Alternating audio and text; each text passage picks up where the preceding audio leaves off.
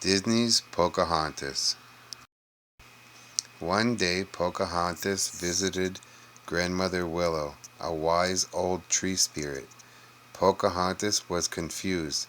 Her father wanted to marry Kokum, a brave warrior, but Pocahontas did not believe that this was the right path for her. She had dreamed of a spinning arrow and asked Grandmother Willow about the meaning of her dream. "It is pointing you down your path," she told Pocahontas. "But how do I find my path?" Pocahontas asked. "Listen to your heart and you will understand," Grandmother Willow told her. "The spirits are everywhere. They will guide you." So Pocahontas climbed a tall tree to listen to the wind. Off in the distance, she saw strange, billowing clouds. The clouds Pocahontas thought she saw were really the sails of a large ship. Aboard were men from England, coming to the New World in search of gold.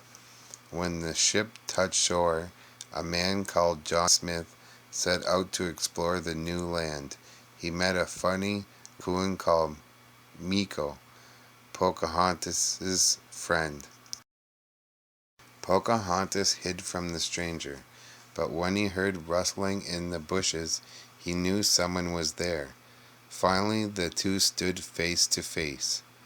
Pocahontas was scared. She ran to her canoe to get away, but the stranger called after her, "Don't go. I won't hurt you." Pocahontas did not understand what John Smith was saying, but she remembered Grandmother Willow's words.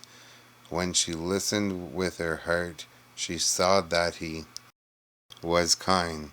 The two quickly became friends. Meanwhile, at Governor Radcliffe's orders, John Smith's crew began digging up the new land in search of gold.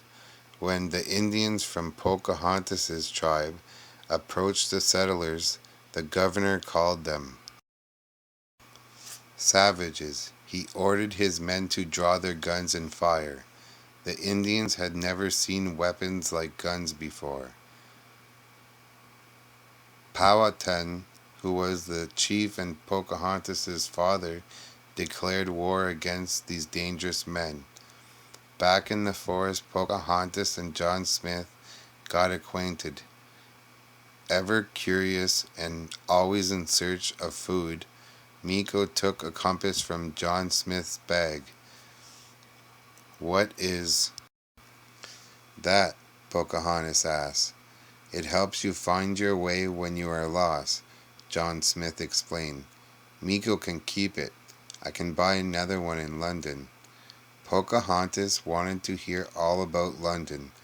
John Smith described the wonders of the city. Then he told Pocahontas that the settlers would build a city like London in the New World. Pocahontas didn't think they needed a city in the middle of her beautiful forest. She decided it was time to introduce John Smith to the wonders of nature all around them. Pocahontas even took John Smith to meet Grandmother Willow.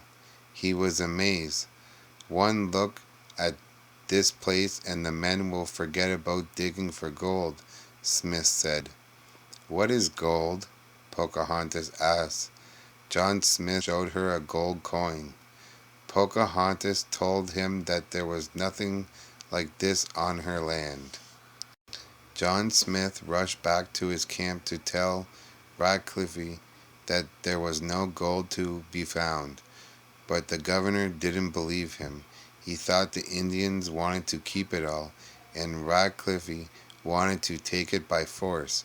When Pocahontas tried to tell her father that they must find a peaceful way to deal with the strangers, Powhatan's braves didn't agree. They wanted to fight. Pocahontas convinced her father that if one of the strangers would come and talk in peace, he must listen. That night, Pocahontas met John Smith at Grandmother Willow. She convinced him to come with her to talk to her father, but neither she nor John Smith knew that a settler named Thomas was watching them. So was Kokum. Suddenly, Kokum jumped out of the woods and attacked John Smith. Thomas fired at Kokum. "Thomas, run!" Smith cried at Thomas as Thomas fled. Warriors captured Smith. "At sunrise this man will die," the chief told his people. Pocahontas did not know what to do. Suddenly Miko dropped the compass into her lap. She looked at the needle moving back and forth. "The spinning arrow," she whispered. "It's the arrow from your dream, showing you your path." "Let the spirits guide you," Grandmother Willow said. Pocahontas ran like the wind. She stopped the warriors from hurting Smith. The Indians put down their weapons and refused to fight, but Radcliffe grabbed a musket and shot at Powhatan. John Smith jumped in front of the chief and took a bullet himself.